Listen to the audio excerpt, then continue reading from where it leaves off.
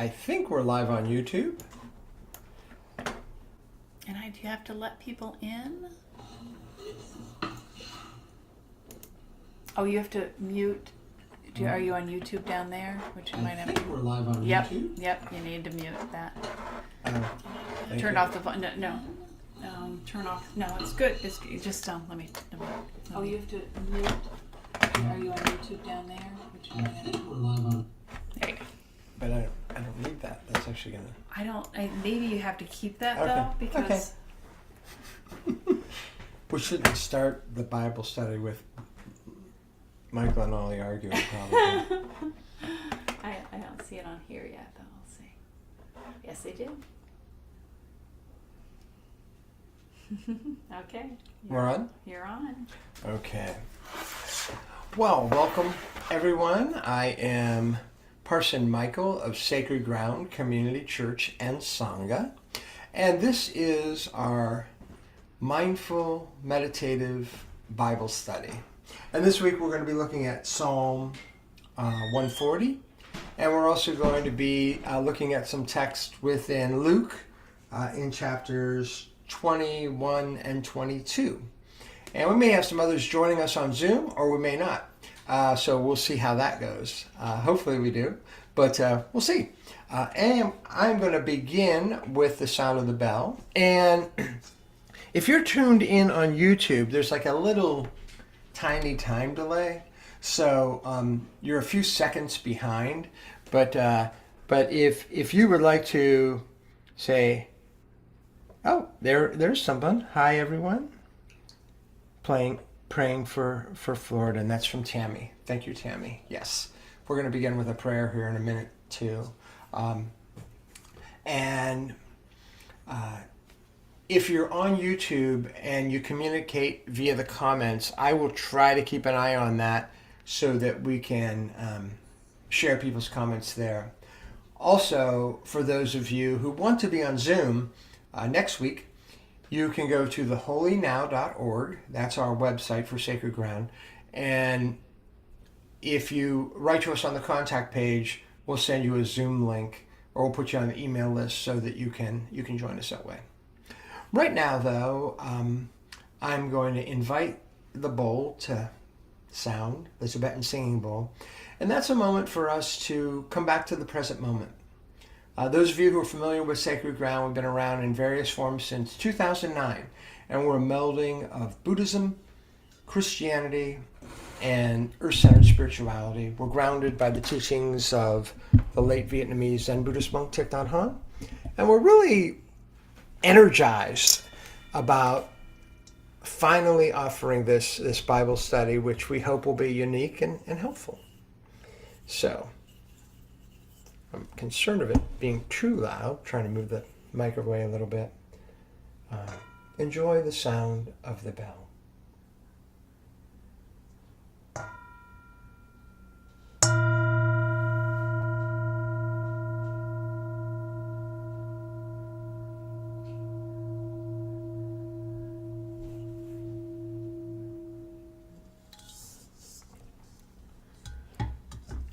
I'm going to invite us into a place of meditation and a place of prayer. And if you happen to be tuning in or joining us via Zoom, I oftentimes close my eyes at this moment, so it might be a minute or two before I let you into the Zoom meeting. But I'll go ahead and get us started with that. So first of all, I invite you to just be aware of your body. You might be watching this live, you might be watching the recording, but I invite you to just start to get present in your body. I have sandals on. I'm slipping them off right now, sitting here at home and just going to relax a little bit, get my feet down on the hardwood floor and feel that presence. I invite you to be aware of your spine.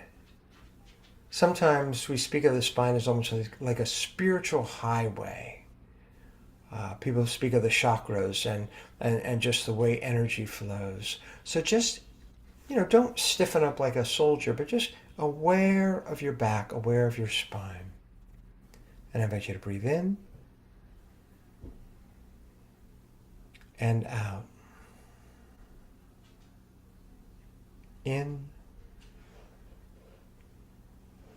and out. I invite you to breathe deeply and slowly. Deeply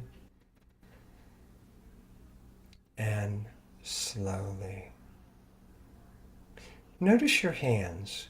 I have my hands, I'm putting them palm face up, just in my lap, but you do whatever feels comfortable for you.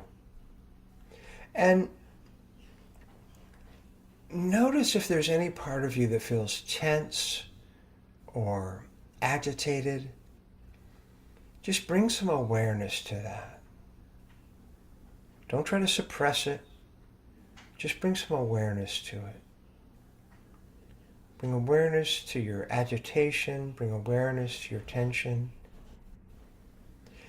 And I invite you to, we breathe through our nose, we breathe through our mouths. I invite you to almost imagine that you can breathe through other parts of your body. So if you're feeling tension in your shoulders, imagine the breath entering your shoulders and exiting your shoulders. And I invite you to just start to release a little bit with that. If you're feeling tension in your hips, I invite you to imagine the breath going in through your hips and out through your hips. In, out, deep, slow, aware, release. I can feel a little bit of that tension in my hips just starting to ease up a little bit. Aware, relax. Breathing in aware, breathing out, let go.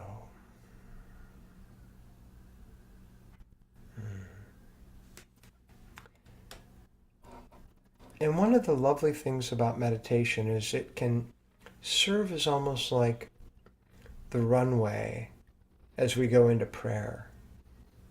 And so now I invite you into prayer. However you think of God, however you think of the great sacred, you might have an image of a being, you might have an image of a light, you might have no image at all. Or maybe for you, you just want to just hold all sacredness around you. And I invite you into that space. And as we heard from Tammy a short while ago, I think all of us have Florida right now in our hearts. I have a brother and a sister-in-law, actually two sister-in-laws, a brother-in-law and my brother, and a nephew. Another sister-in-law. I just have a whole lot of family down there. Many people do. But even if you don't, we know this is going to be a heavy storm. We know this is the result of climate change. We're all in this together.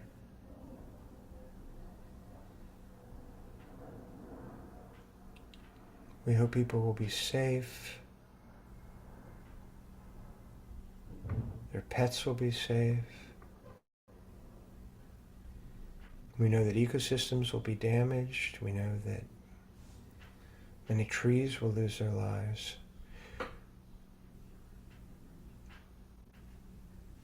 But we ask that people can feel a sense of the sacred, feel a sense of there's so many thousands upon thousands of people who are going to be working to try to keep people as safe as they can, to restore things. We hold all of them up. We hold all of them up.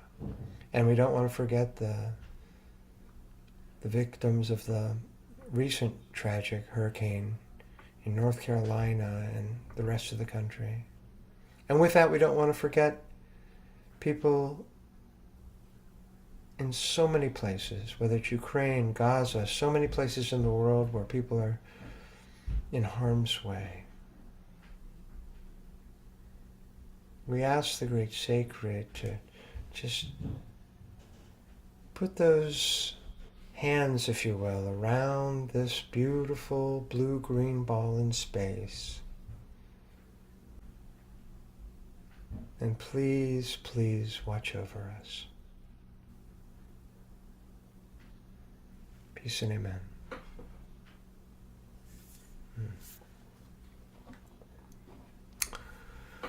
So, we're going to be working, as I said, with one of the Psalms, Psalm 140, as well as Luke today. And I'm going to begin by reading Psalm 140, and I'm going to read the King James Version of the Psalm to get us started. Now,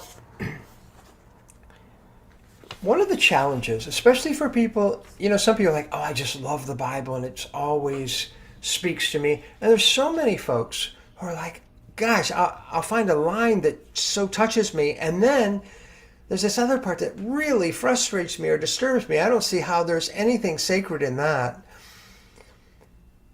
Our aspiration with Fresh Green Blessings, with this mindful meditative Bible study, is to somehow bring all of us together on this.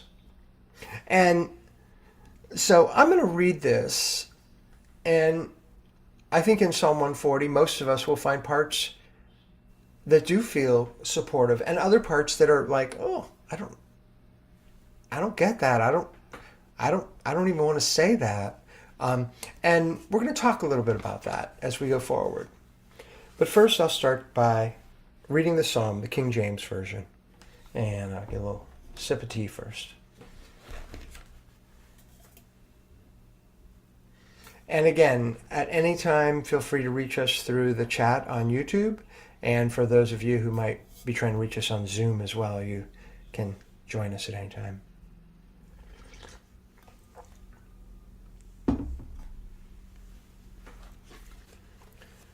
Psalm 140.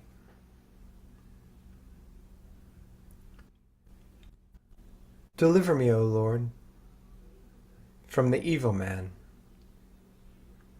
Preserve me from the violent man, which imagine mischiefs in their heart. Continually are they gathered together for war. They have sharpened their tongues like a serpent. Adder's poison is under their lips. Selah. Keep me, O Lord, from the hands of the wicked. Preserve me from the violent man, who have purposed to overthrow my goings. The proud have hid a snare for me, and cords. They have spread a net by the wayside. They have set gins for me. Selah. I said unto the Lord, Thou art my God. Hear the voice of my supplications, O Lord. O God, the Lord, the strength of my salvation, thou hast covered my head in the day of battle. Grant not, O Lord, the desires of the wicked.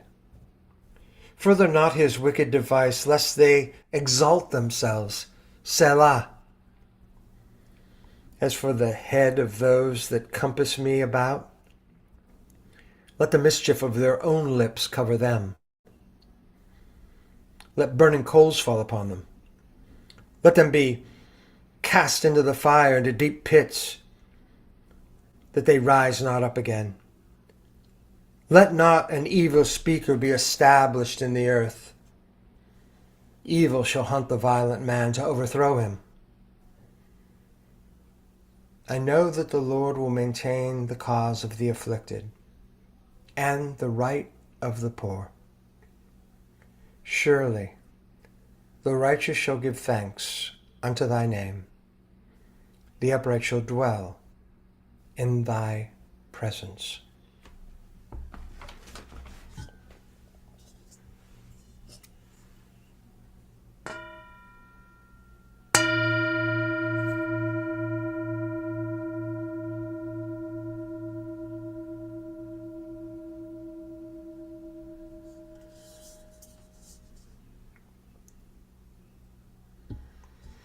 Now I'm going to engage in what's known as Lectio Divinae. And I'm particularly influenced here by the Catholic priest Anthony de Mello on this. And so what I'm going to do is I'm going to take a line here. I'm going to take a line here and sort of repeat it again and again. And I want to say welcome. I see someone else Natalie, who's Zen Buddhist, also exploring the relationship with Christ. So welcome. We're going to take this line and repeat it. And we can even think of some of this in terms of a Buddhist perspective. We can think of them almost like koans sometimes. The proud have hit a snare for me, and cords. They have spread a net by the wayside. They have set gins for me. Selah. Now, Selah, sometimes people think that means amen. It seems to be also related to maybe a musical invitation. And so with the Selah, we'll invite the bell to sound. When I read it again, and the reason why, I'll give you a little background here. In the Psalms,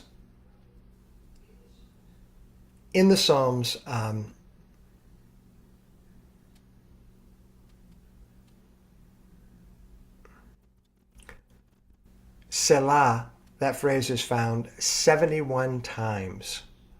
It's only found in 3 other places in a not too well-known book of the Bible called Habakkuk. But it's found 71 times in 39 psalms, and most of those psalms begin to the choir master. So they think this might have something to do with music or a time for exalting music, and maybe pause and exalt. So I'm going to read this again, and I'm going to say a word about jinn. So you hear on this line it says, they have set gins for me. Well, gins means a snare, but I also wonder, this is a Middle Eastern religion, and I wonder if it might have to do with genies and like an evil spirit. They have set gins for me. I haven't read that anywhere, but I just find myself thinking about that. So, invite the bell to sound, and then I'm going to read this a couple of times.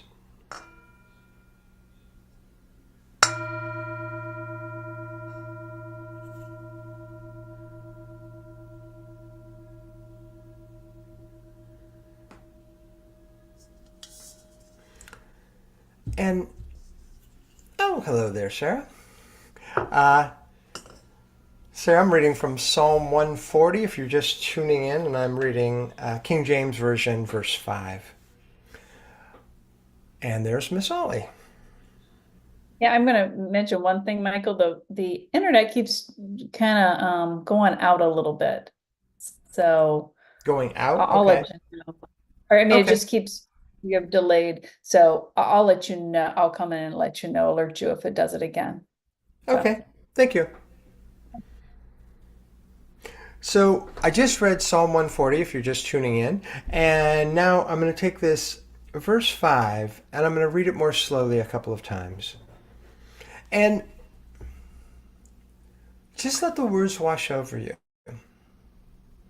Think of it as prayer. Think of it as meditation. Think of it as, I don't have to have a meaning for them. Or maybe something will pop up for you.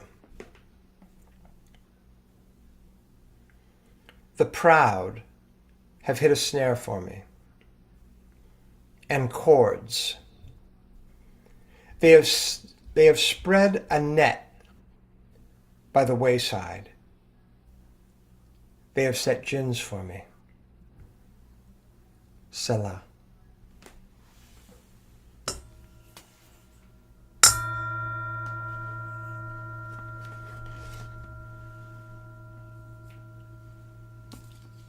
I'll read it from the New Revised Standard Version, that same line.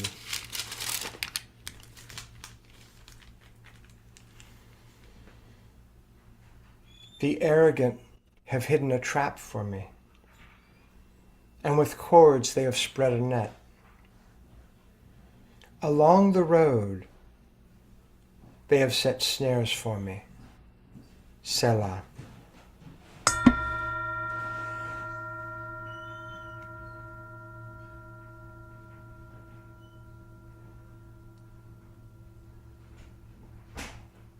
A trap.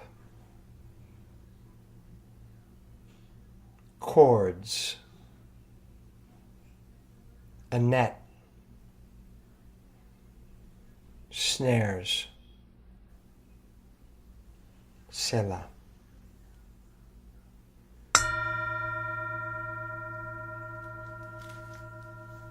Hidden. They have spread a net. They have set snares. Selah.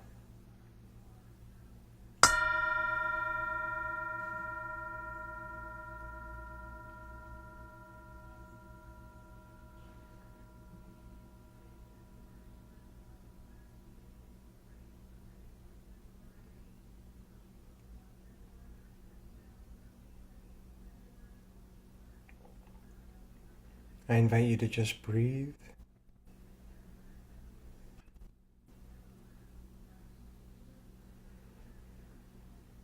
In and out.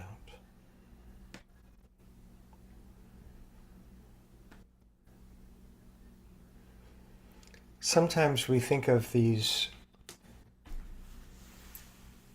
who are in the way as external to us. But maybe there is something within us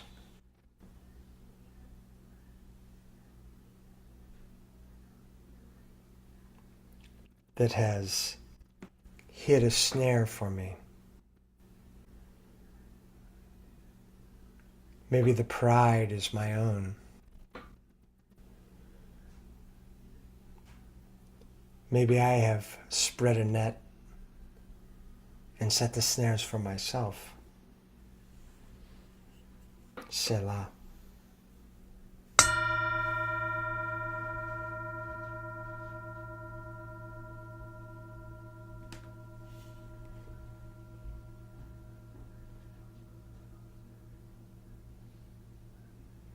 I invite you to breathe. We'll take a few seconds here.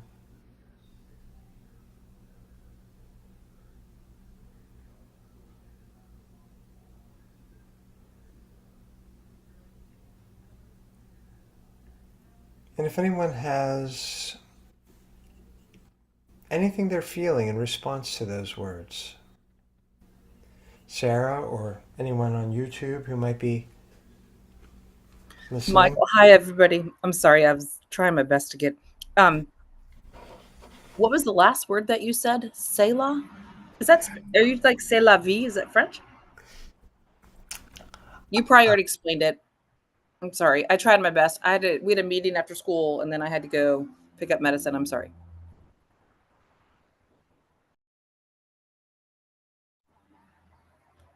Hold on, I can't hear. Why can't I hear you? Because I muted myself. Okay. So Selah is found in the Psalms, and it's actually I was sharing with people earlier.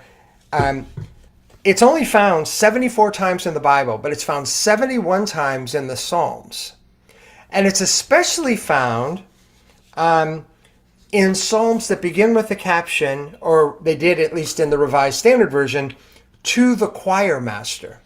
And so sometimes people think Selah means like amen. But it's also, it's thought that it might mean Selah, mean like lift up the music. and people have even had like cymbals or trumpets to kind of where the Selah comes in, and it can also mean a pause. So you can think of like pause and exalt God, How but does it's it a spelled? How is it spelled? Selah.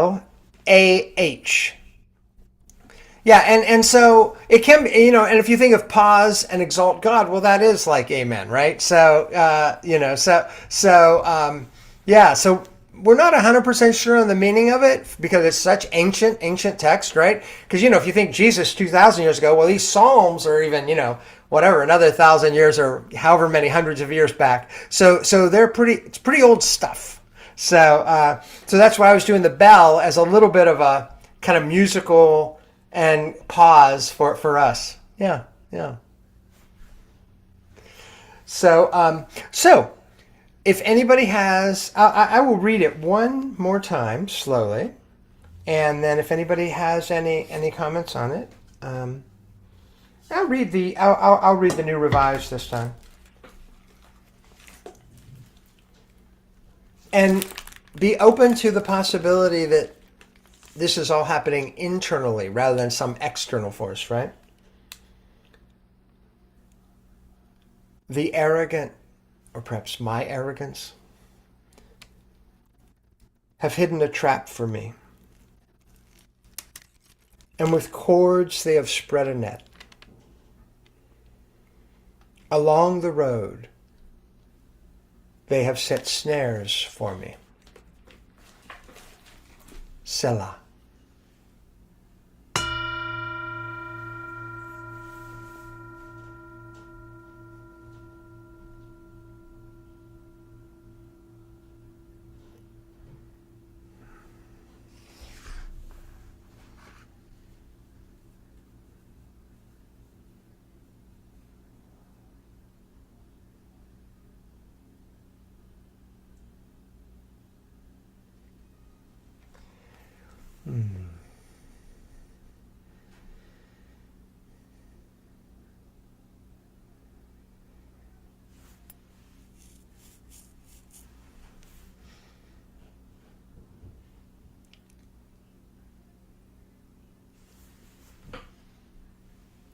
I'll share.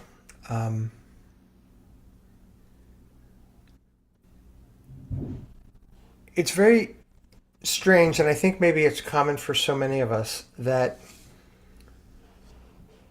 when I get into my funky space, it's almost like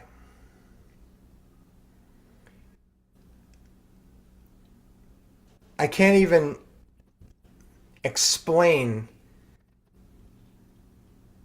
how I got there or how to get out of it. It's just like I'm in it. And it's like I know so I'm taking this snares and obstacles and internalizing it here. And I know that I set up these obstacles for myself. And yet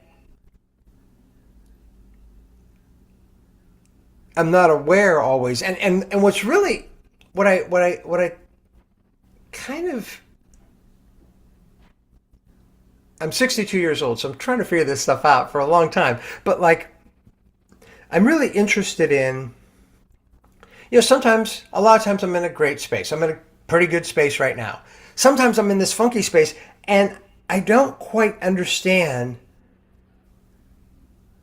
how the obstacles come in, and I don't even understand exactly how they're removed. I do know that mindfulness has something to do with it. I know that music, I know that if Sarah and I have talked before, I could play some fun music from the 80s or something, my era, and just kind of wig out, and that can break free. Sometimes it's breaking down, right? If it's a serious thing where, I have to break through with tears. Sometimes I do have to sleep and I come out of it, but I don't always know. I guess that's the thing about snares too, right? Because they're kind of hidden. So yeah, that's just a little bit going through me.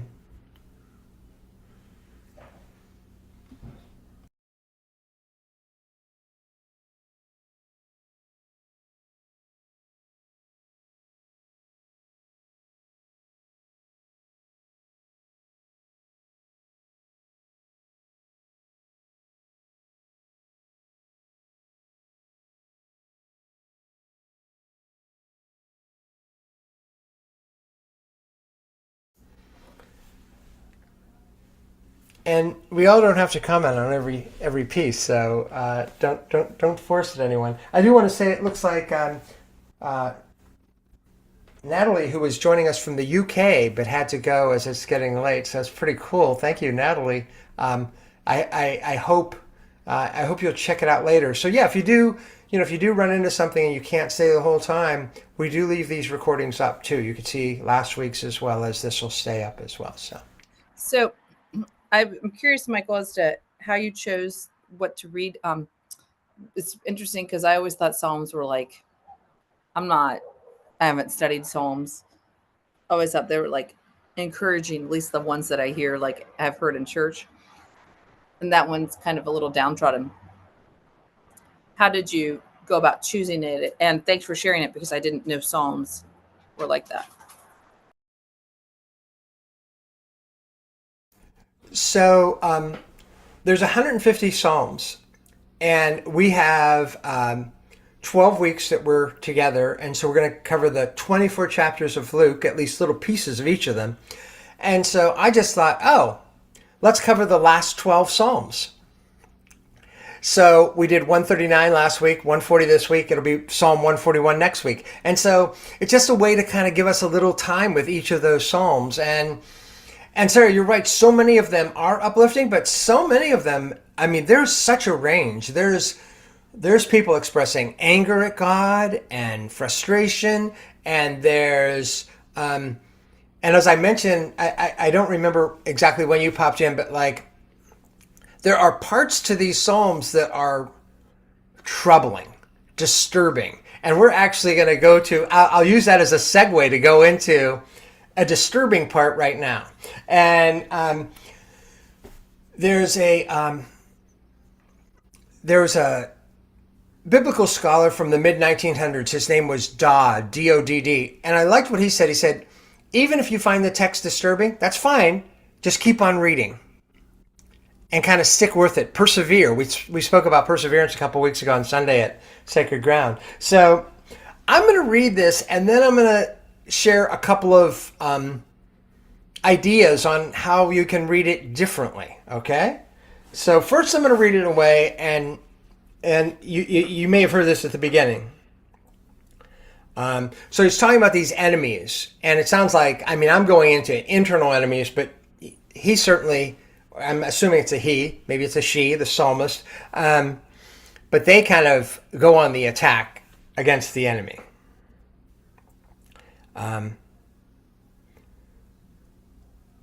Grant not, I'm reading from verse 8. Grant not, O Lord, the desires of the wicked. Further not his wicked device, lest they exalt themselves. Selah.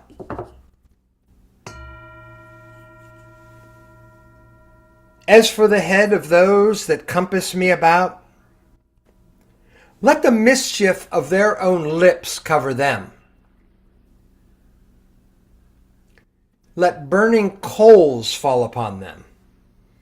Let them be cast into the fire, into deep pits, that they rise not up again.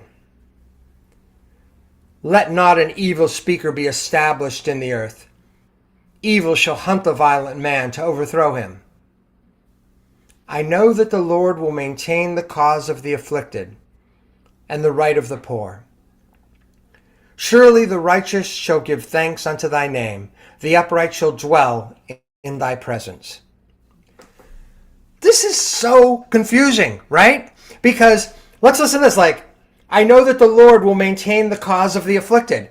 Yes, we're all, yeah, of course, right? And the rights of the poor. Like we all love that.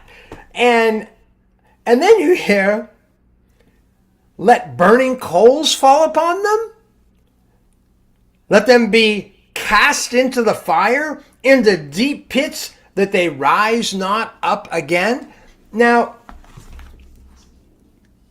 I love the Bible. I enjoy the Bible, and I love the challenge of all this. And there's a few ways we can think about it. One is there's a word called redaction. And redaction, what that tells us is The Bible is a collaborative work. So it's not like one person wrote something and then nobody touched it again. Other people add things in. And, I want to look at some of these.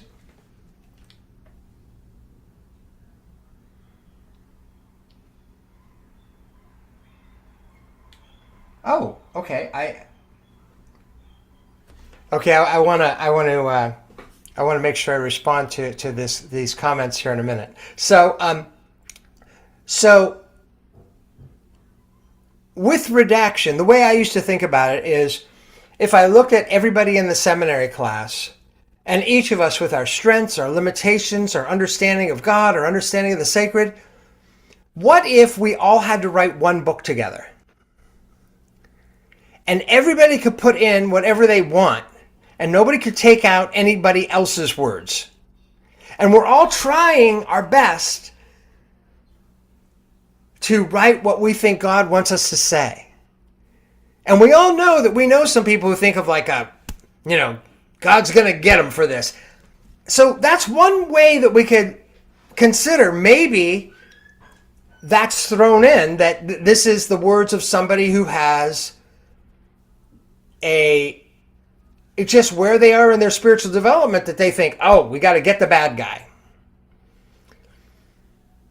That's one way of thinking of it.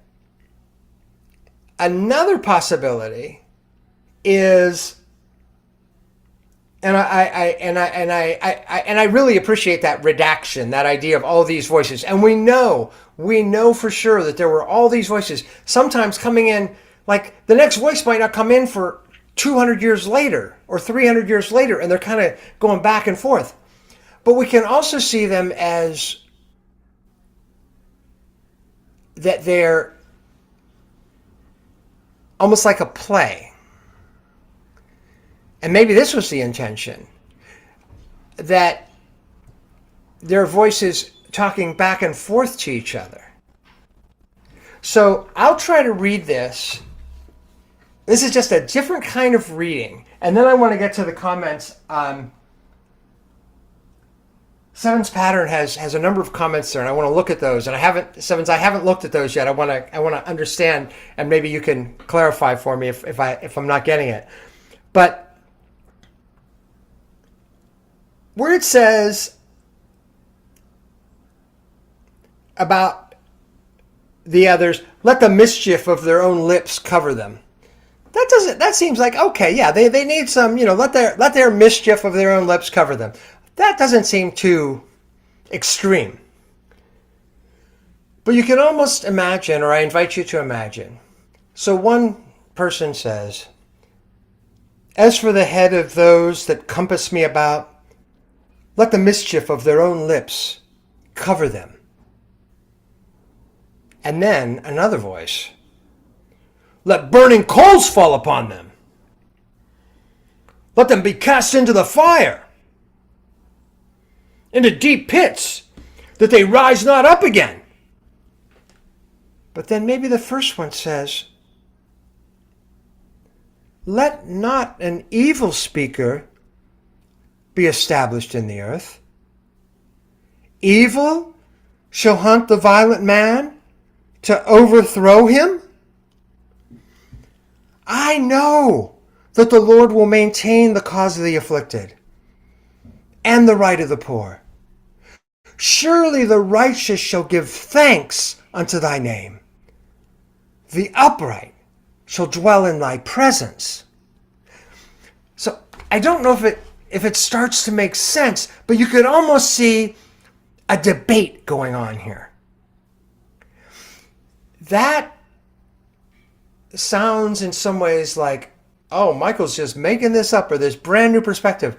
I'm actually getting this idea from some books that I'm reading from the late 1800s and early 1900s, where they're inviting this kind of view.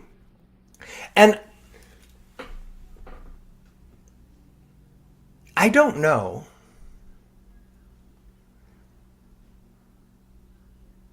what the original intent was of the writers. I I assume that they're trying as best they can to convey to us something of God. We have this sense that with the Selah, with the music, that it was supposed to be all happening with a musical background. This almost gives you that theatrical kind of thing.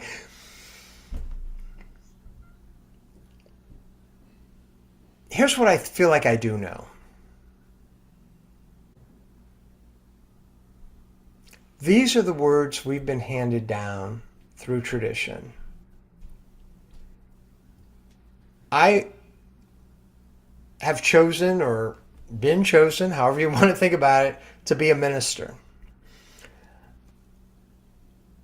And I feel that we are called to figure out how to engage with this stuff as sacred text. And maybe a meaning that even made sense 100 years ago or 500 years ago doesn't make sense today. And maybe what I'm saying today doesn't make sense. Maybe somebody else will say something in another 300 years. And who's to say that all of that is not of God too? So.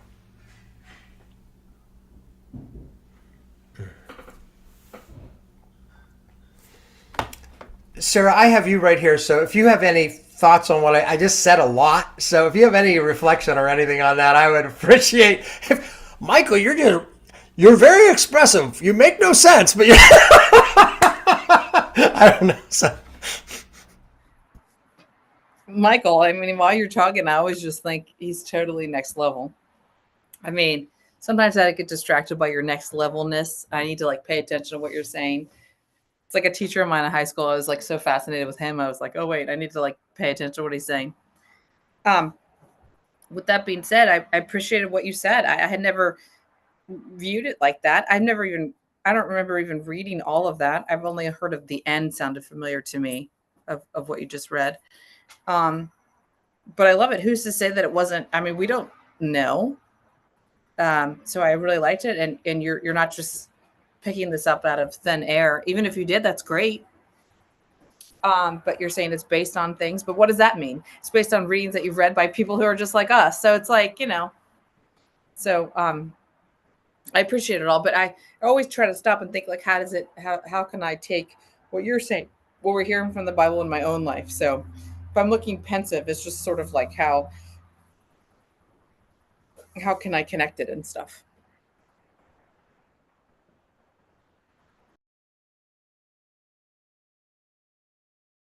And some of those texts are really strange. It's hard for me to find connections, but sometimes I don't find connections until later on. Like, I have talked to a therapist for years on and off. And sometimes when he's talking to me, it's just, I listen, but then I finally get it like a week later.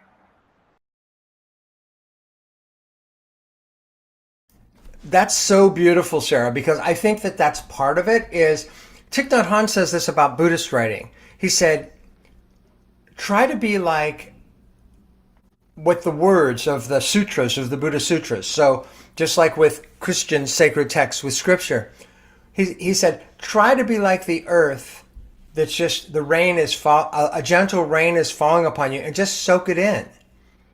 And yeah, that rain, it might be a while before the roots take it up and turn that into nourishment for the tree, right? So that's awesome. I want to read what I have from Seven's pattern right here, and I don't know if first I'll say Tammy says definitely gives you different perspectives of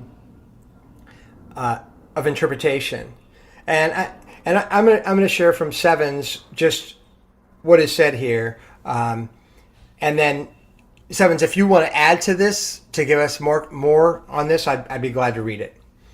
So Sevens has, hi, blessings all. Then, as usual, he predicted and echoed.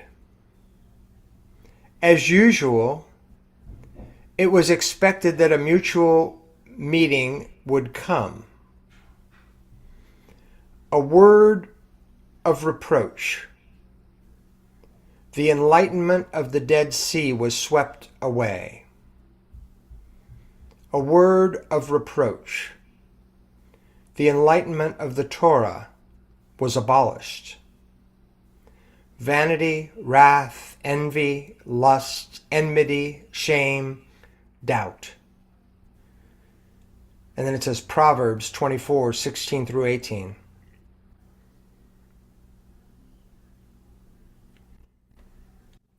Boasted scientific development as regards mental and moral improvement may indeed catch up with the teachings of the words said.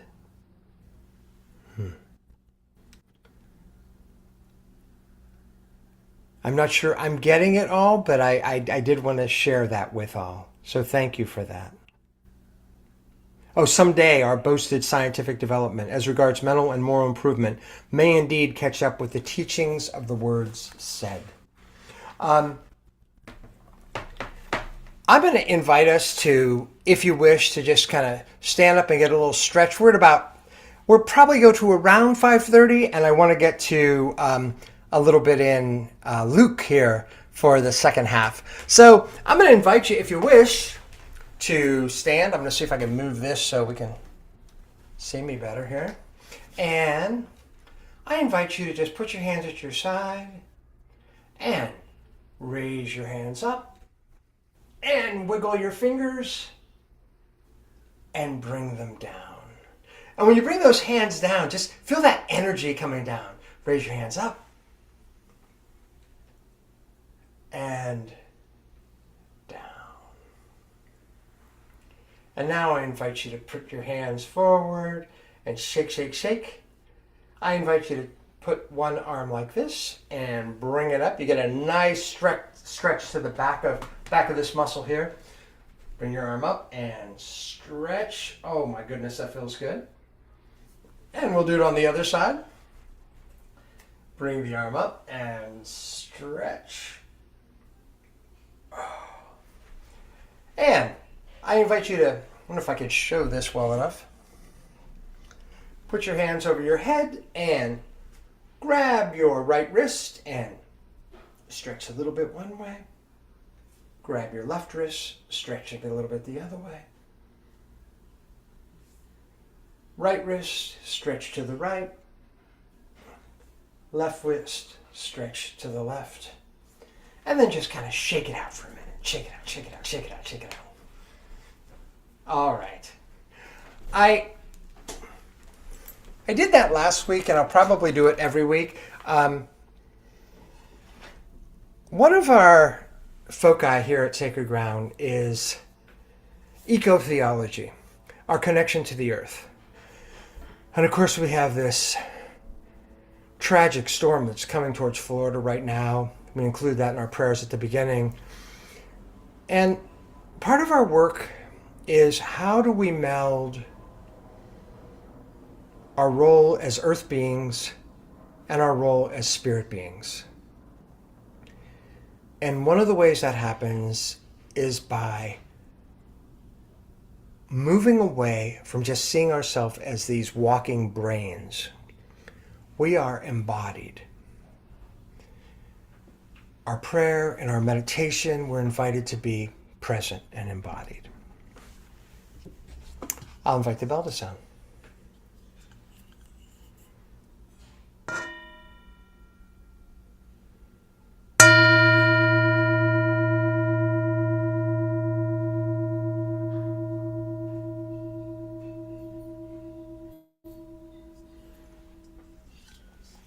We're now going to move on to a little Lectio Divinae, meditative reading, mindful, prayerful reading with Luke. And we're going to start with Luke chapter 21, verses 1 through 4. And I'm going to read three different versions. I'm going to read from the King James, from the New Revised Standard Version, and from a wonderful translation by Sarah Rudin called The Gospels. This just came out just a couple of years ago. But I'll read all three of these, and I'll probably read them again a couple of times, and we'll have some quiet afterwards. And this is one, unlike parts of that, and I want to make one other comment based on what you said, Sarah. One of the things that happens in church is that sometimes we read little pieces and we don't sometimes read the other pieces. And that's okay sometimes. I mean, I do the same thing as a minister, but it's also good for us to wrestle with those and again, I'm like you said, I'm interested in how does this relate to me? How can this help me to be the person I hope to be in the world? But part of that is that wrestling, and also so many people have kind of clung on to those hard parts of the text, and that's been a real tough one. And I feel like, especially as a pastor or parson, how can we break free of some of that? So yeah. So Luke chapter 21 verses 1 through 4, and you're going to hear this a couple of times repeated. This is Lectio Divina, and we're invited not just to pay attention to the words with our minds, but just to, like that we were saying, the rain, just let it wash over us.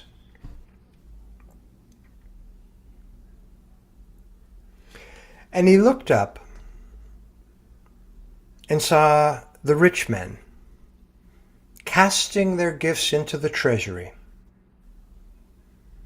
And he saw also a certain poor widow casting in thither 2 mites.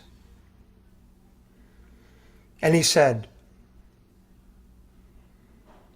of a truth I say unto you, that this poor widow hath cast in more than they all.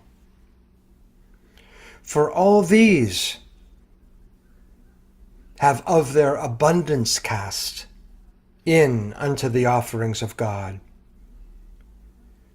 But she of her penury hath cast in all the living that she had.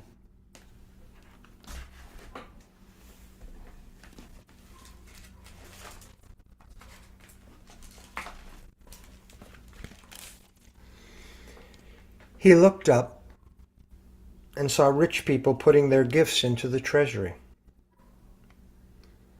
He also saw a poor widow put in 2 small copper coins. He said, truly I tell you, this poor widow has put in more than all of them. For all of them have contributed out of their abundance. But she, out of her poverty, has put in all she had to live on.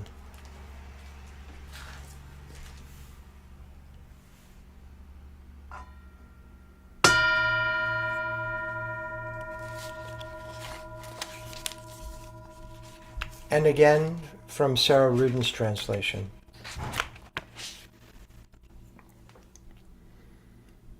Looking up, he saw the wealthy putting their offerings into the treasury. But then he saw a certain needy widow there putting in 2 lepta. And he said, I tell you truly that this destitute widow put in more than everybody else did. They all, of course, put in offerings out of their excess. But she did it out of her shortfall, putting in the whole of what she had to live on.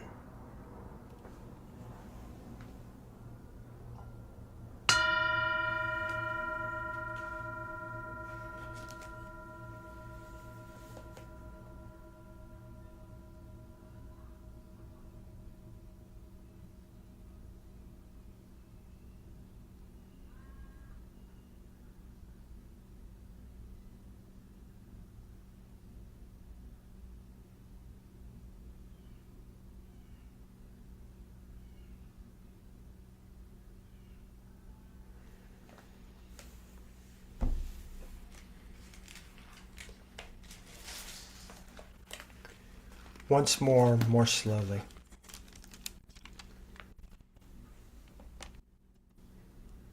He looked up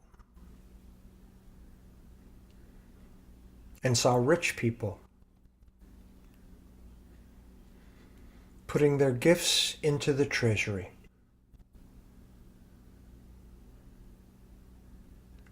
He also saw a poor widow put in 2 small copper coins. He said, "Truly, I tell you, this poor widow has put in more than all of them."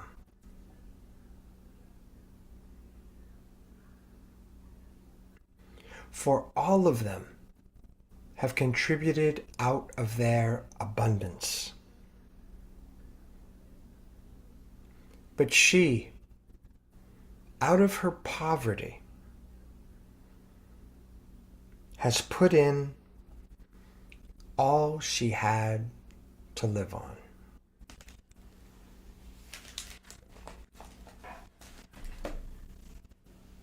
We'll have another moment of silence.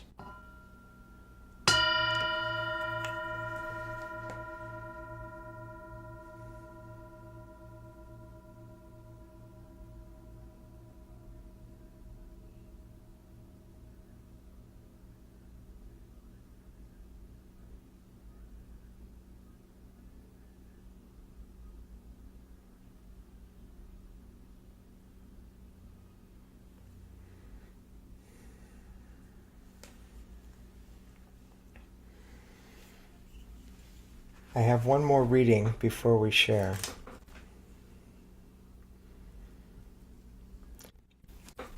As most of you know, we meld the beneficial teachings of Buddhism, Christianity, and earth-centered spirituality here at Sacred Ground. This is a reading from Tibetan Buddhism, from a book entitled The Tibetan Book of Living and Dying. At the time of Buddha, there lived an old beggar woman called Relying on Joy. She used to watch the kings, princes, and people making offerings to Buddha and his disciples. And there was nothing she would have liked more than to be able to do the same. So she went out begging. But at the end of a whole day, all she had was 1 small coin. She took it to the oil merchant to try to buy some oil. He told her that she could not possibly buy anything with so little.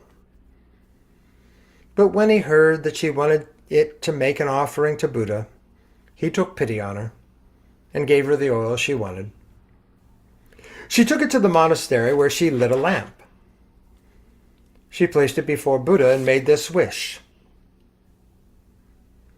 "I have nothing to offer but this tiny lamp. But through this offering, in the future, may I be blessed with the lamp of wisdom? May I free all beings from their darkness. May I purify all their obscurations and lead them to enlightenment." That night, the oil and all the other lamps went out. But the beggar woman's lamp was still burning at dawn.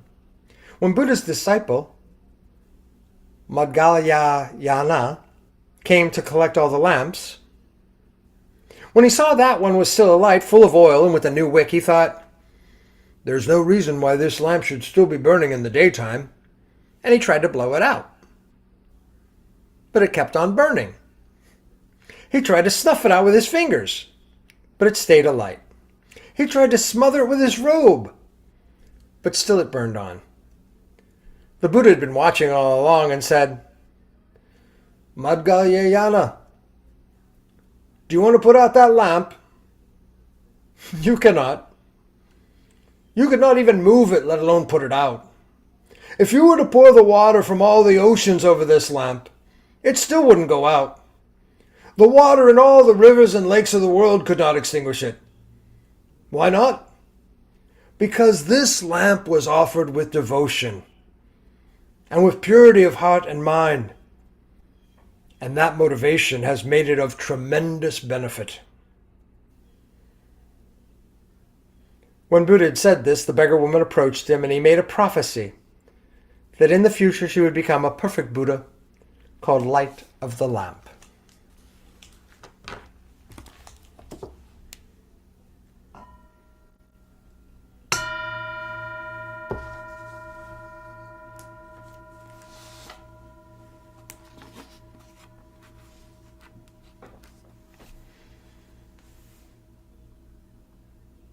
And Jesus looked up and saw the rich men casting their gifts into the treasury. And he saw also a certain poor widow casting in thither 2 mites. And he said, Of a truth, I say unto you that this poor widow hath cast in more than they all. For all these have of their abundance cast in unto the offerings of God. But she of her penury hath cast in all the living that she had.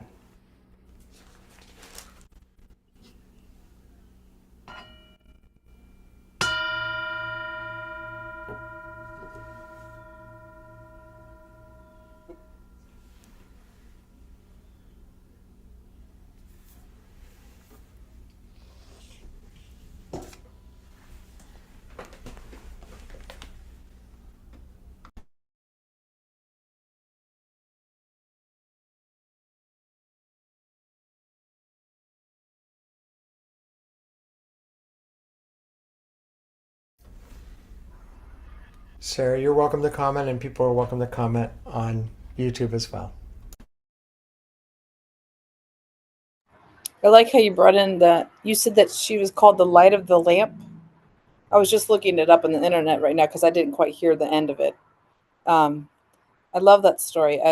Chris will talk to me about Hinduism and Hindu stories, and I love learning about all the different stories. That was really good. It was such a good connection that you made with that. That's all I have to say for now, but I'll say something else as I'm contemplating.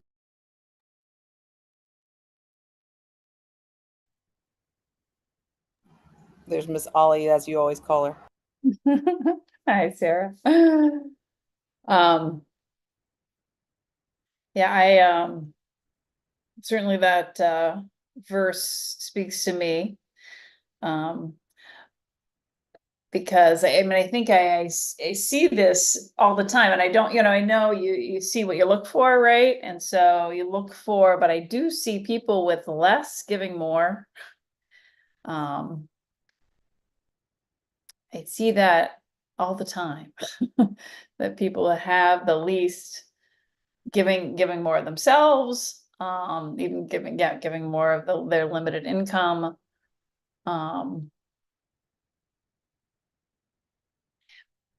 Yeah, I need to challenge myself to look though. I mean that's just that's where my eyes look a lot, and I tell Michael a lot my Aldi stories that I go into Aldi, and I shop at Aldi, and the Aldi we shop at is right in between like a richer and a poorer neighborhood, so it is a real mix of people, and it's never happened at Kroger or Giant Eagle or any of the other grocery stores. But when I go to Aldi, very frequently, if I have just a few things and somebody else has more things, they'll let me go ahead of them in line. I know it's just very, very basic or very, but it's like it just, to me, it just symbolizes something.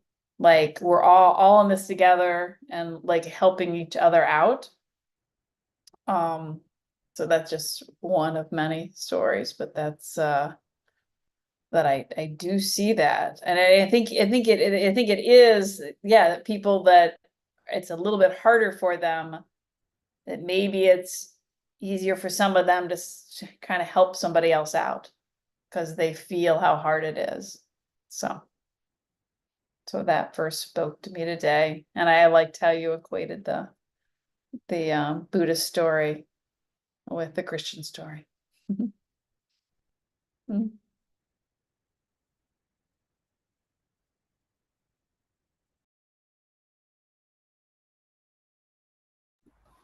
Um, when Ollie, to see now that you're talking, you said something that gets me thinking about something. I was just talking to one of my students today about how I feel like I used to be more into learning Spanish, and I was telling him stories. I said, "Yeah, when I was like 18 to 27, that was my peak time.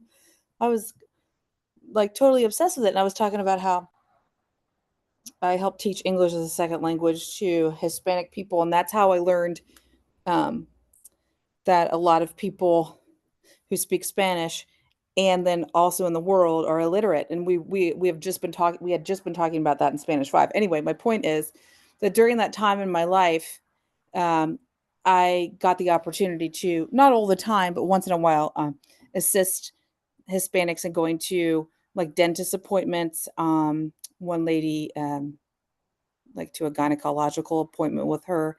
And there was this one family that I became really close to. I got to go grocery shopping with them a couple times, some of their appointments.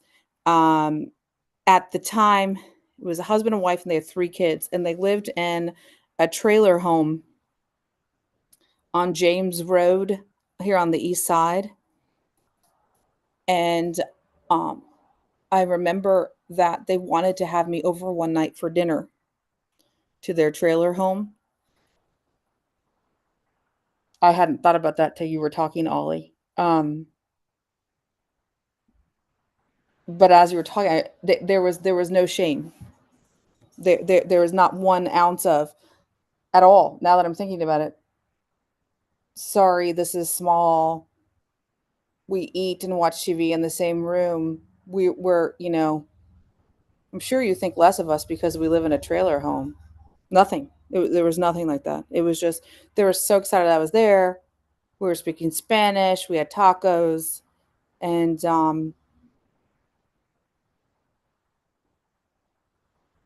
yeah, what a gift.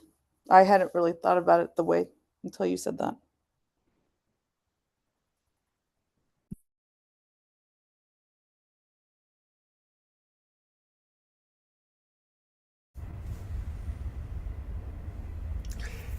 I love how one story makes another story, makes another story. So, Sarah, your story reminded me of when I was an elementary school teacher back in the 1990s, and a family from Somalia had me over at their house, and just one of the one of the big practices of Christianity is supposed to be is hospitality. Well, these folks didn't identify themselves as Christian, but boy, they knew hospitality, and they were just so like I was so welcomed, and I just felt this. And again, they didn't have much, but what they had, they wanted to share with their daughter's teacher, and it was beautiful. And I find myself too, and I this is the I don't know what it is in me, but it's maybe it's the Buddhist and the Christian in me or whatever. But like, I also know that for me, my own biases are. It's a little easier to sort of see the good in the widow, see the good in the one who is maybe struggling or doesn't have much. And I'm reminded there's a book called The Soul of Money by a woman named Lynn Twist, and she had an opportunity to be with Mother Teresa. And while she was there, she had this brief time. There were these wealthy people who kind of came in, and they were very arrogant, and they were very da da da, kind of just and Lynn Twist was so frustrated with them, and she didn't. I don't think she said anything to them too directly, but she was just frustrated with this whole situation. Well, Mother Teresa wrote to Lynn Twist later and said, you're really good at compassion toward the poor, But you need that same compassion toward the wealthy, because everyone is suffering. Everyone has their pain. Everyone has their hurt. And actually that display of arrogance and that display is just a common way of wealthy people to show their pain. And oh my gosh. And you know, who are these? This is coming from from Mother Teresa, who, you know, has devoted her life to helping people who are the, you know, the most needy, and she laid that out there. And again, I think, you know, we have these stories again and again of, you know, Jesus helping, you know, the Roman soldier, or helping the, you know, everybody's in.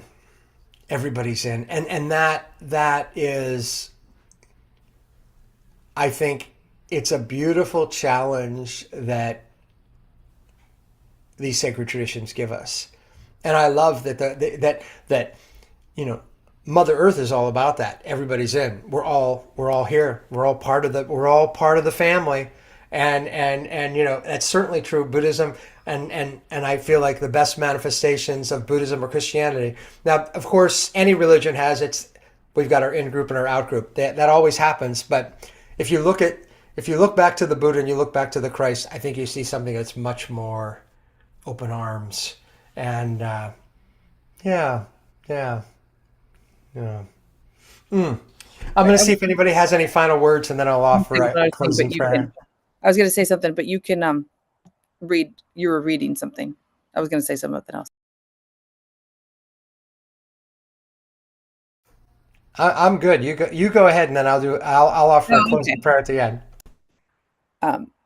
That while you were talking too, that made me think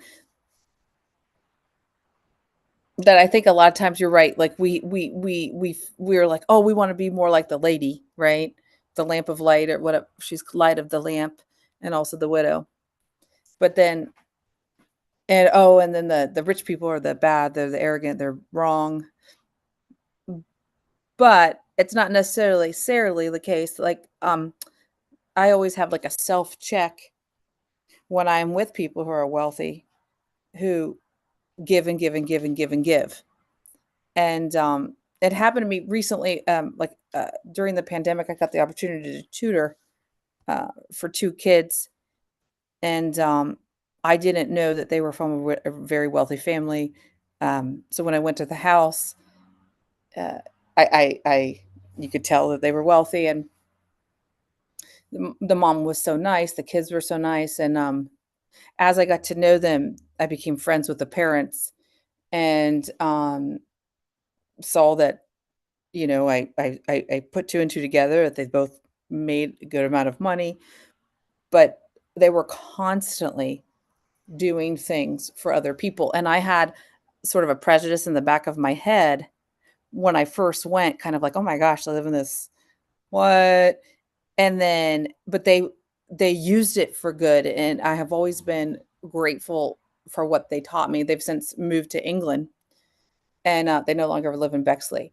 But I was just thinking last night that not only did they pay me like in money when I would tutor their children, but the mom started to prepare dinner around the time that I would come. So she would give me a meal. And then after about a year of tutoring, she gave me a talk, and she said, you know, we're going to up your hourly pay just because we want to. And then throughout the year, she would just randomly drop gifts off for me, like a massage, free massage, everything paid for, including tip, for no reason. Box of cookies, baking supplies one time, just a random little, for no reason, just. And then I saw that she would do it to other people. They had a cleaning lady from Russia, and I kind of got word that she would do all these little mitzvahs for her. And then the kids told me that they would put together these like packages together for kids, for not kids, for people who were poor, so that then when they were driving around, their mom, dad, and the 2 kids would have like bags of like pre-made little messages and things that they would give people. And I was so astounded by how they use their wealth to take care of their needs. Yes, but just an insane amount of just giving to others. Sarah, do you want to come to the play? Sure. Then I get an email of the ticket being paid for. Um, and just so that was really, really impressive as well, and something that I needed to learn, because I used to think that everyone who's wealthy just sort of uses it for their own gain, and that's not necessarily the case.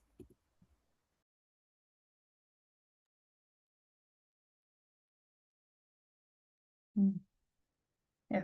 Thank you for that story, Sarah. I think that's what I was trying to say. Yeah, it's just it's easier for me to see and people that have less, and that is my bias. And thank you, Michael, too. Is that they both of you kind of said what I was thinking. And that's where I need to be challenged more. I need to be challenged actually. I have these little posters up in our house, little what did one of our youngest sons friends yesterday, he said, why are all these motivational quotes all over your house, Finian? He goes, well, those are my parents, but I really like them as to remind me. And so I have one right beside our door. Actually, I have it a number of places, and it says, everyone has a hard road to travel, keep this in mind with everyone you meet. And but just to remind myself, because yeah, it's hard and everyone, literally everyone. And yeah, that's it's just I need reminded daily to do that. So thank you guys for sharing that. This was a worthy time here. Ollie, people could also view us, the same way that we have, and we tend to view people wealthier than us. People could view us in the same light. Oh yeah. I know that we're so terribly wealthy. I mean, we live, so insanely wealthy. And I do know that's a good reminder, Sarah. Yes, we need to be reminded of that again and again.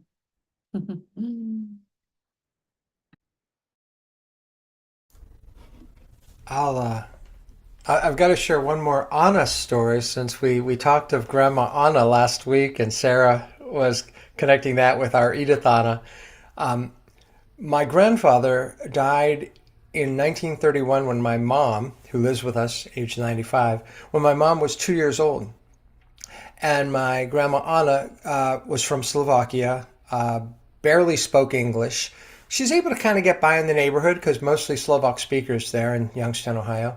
But she got a job for a local bakery, and I don't know if they're national, Schwabel's Bread. You'll see Schwabel's Bread. Well, it was the Schwabel's family. They're from Youngstown, Ohio, and they had a little bakery, and they found out about my grandma's pies, and my grandma was making pies for Schwabel's Bakery, and they would then sell them. Well, my niece, few years ago, was on the board of some art group or something in the Youngstown area, and she realized she was on the board with one of the descendants in the Schwabel's family. This is a Jewish family in Youngstown. And so my niece told her this story. She goes, oh, we got a story about your family, because your grandma or your great-grandma employed my great-grandma.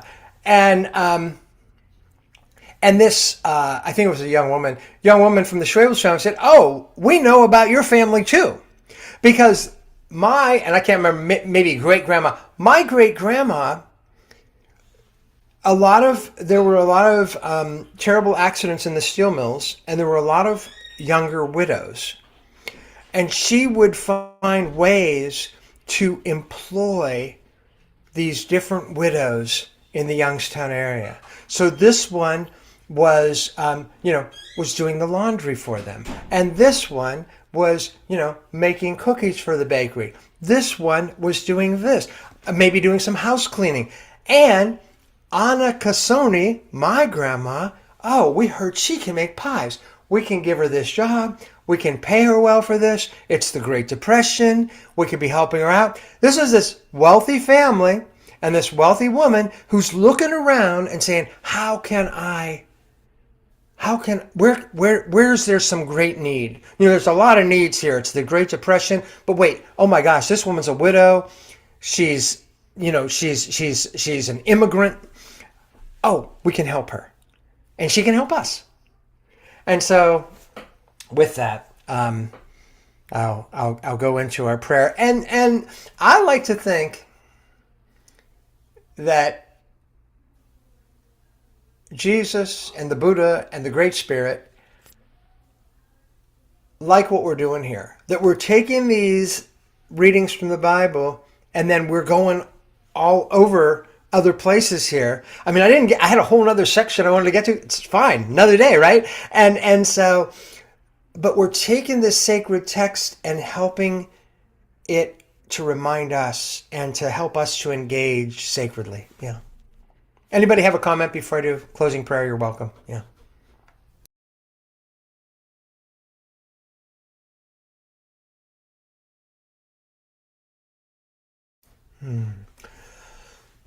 I invite you into a space of prayer. I'll invite the bell to sound. And thank you all for joining us.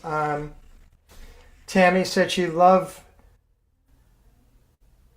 the sharing of stories. And for those of you, if you can look on YouTube, we have a lot in the chat there from Seven's Pattern.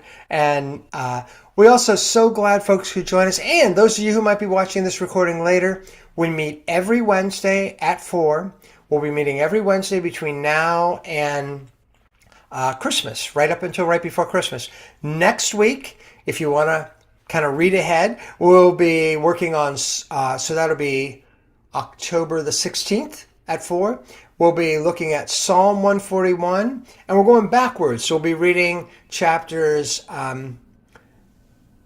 19 and 20 of Luke next week. So we had 21 and 22 this week, 19 and 20 of Luke next week, and Psalm 141.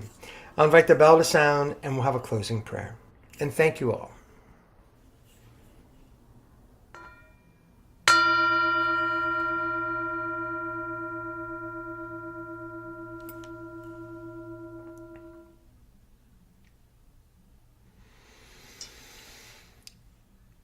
O Great Spirit, you have given us these words, Psalms, Gospels, and Buddhist stories, inviting us to wrestle with who we are, why we are here, and how we can best manifest our true selves in the world.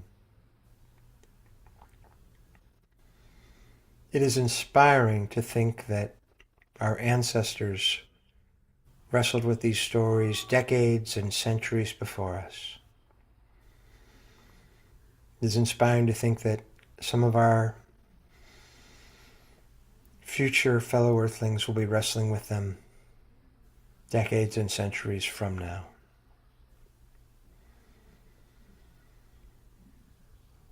We ask you to watch over those in harm's way, especially those who are suffering in various places around the world, including, of course, Florida, North Carolina, and many, many other places, due to the challenges of climate change. And also those who are suffering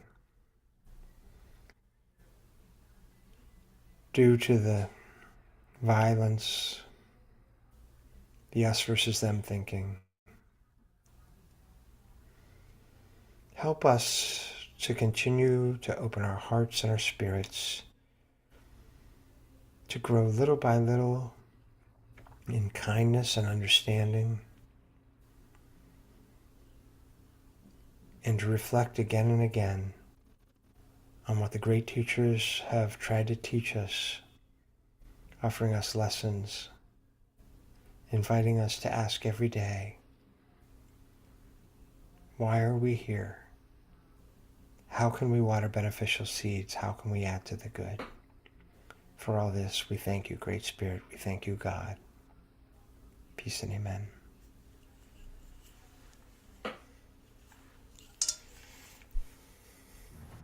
Thank you so much. Bye-bye.